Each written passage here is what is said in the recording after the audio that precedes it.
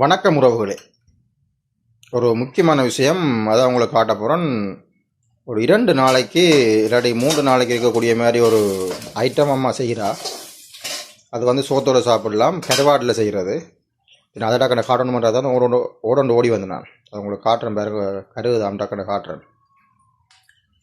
Right, நிலம் வரும். இப்போ நேரத்தோட வெங்காயம் பாருங்கள். இப்போ பெரிய வெங்காயத்தை போட்டு இப்படி எண்ணெயில் வதக்கணும். அதுக்கு பிறகு இடித்து வச்ச என்ன சாமான், செத்த மிளகாய், காஞ்ச மிளகாய், செத்த மிளகாய்னு சொல்கிறேன். அதை இடித்து இப்படி இந்த இல்லாட்டி கட்டத்தூள் போடலாம். கட்டத்தூள் போட்டு இப்படி, ஆனால் இப்படி இடித்து போட்டால் தான் நல்லா இருக்கும்னு சொல்கிறாம்மா. காம்பு எடுத்து போட்டு ரைட், அந்த மிளகாயில் இருக்கிற மிளகாய் காம்பு எடுத்து போட்டு உருளையில் போட்டு இடிங்கோ. இடித்து இப்படி கொஞ்சம் பதமாக இடித்து போட்டு பிறகு இந்த வெங்காயத்துக்கு போட்டு எண்ணெயில் தாளிக்கணும். பிறகு கருவாடு, இது சிறையா மீன் கருவாடு. ரைட், இதுக்காக நாங்கள் பயன்படுத்த போகிறது சிறையா மீன் கருவாடு. கொஞ்சம் கட்டா போடலாம். என்ன கருவாடும் போடலாமா? கட்டா கருவாடும் போடலாமா? ரைட், இது பெரும்பாலும் நிறைய பேருக்கு தெரிஞ்சிருக்கும்னு நினைக்கிறேன் இது செய்கிறது. அது இல்லாட்டில் சிறையா போடுறா.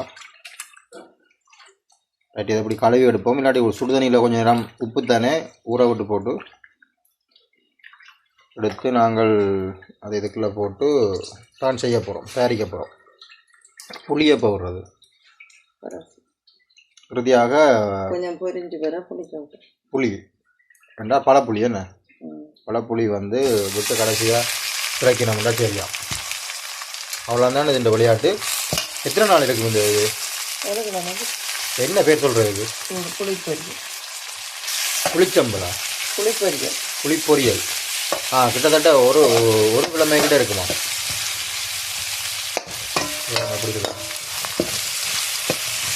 புளி எப்போ ஊற்றுறது? பொரிஞ்ச அப்புறம் தான் கருவாடு பொரிஞ்ச அப்புறம் மசிச்சுவோம். எப்படி நல்லா மசிச்சு எடுக்கணும். மசிச்சு எடுத்து வெங்காயத்தோடு செய்கிறோம்.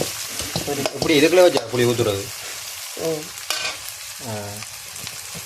இதை கொஞ்சம் நேரம் அப்படியே மசிச்சு வடிவாக கொஞ்சம் பொரிஞ்சு வர்ற மாதிரி ஆக்கி போட்டு பிறகு கொஞ்சம் புளி விடணும். கணக்கே வச்சுருக்கீங்க புளி. புளியை வந்து இப்படி தண்ணிக்குள்ளே கொஞ்சம் தண்ணியான அது புளியை கழுவிட்டு தண்ணிக்கு தண்ணிக்குள்ளே வந்து இந்த கையில் இருக்கிறத காட்டணும். அதான் புளி, பழப்புளி. அதை வந்து தண்ணிக்குள்ளே அப்படியே எடுக்கணும், படியாக புளிஞ்சு எடுக்கணும். தண்ணி தான் பாவிக்கணும். பால் பாவிச்சிங்கன்னு சொன்னால் கறி டக்கடை பழுதாக போயிடும் இந்த நாங்கள் செய்கிற இது ஐட்டம். ஆகவே ஃபுல்லாக முழுக்க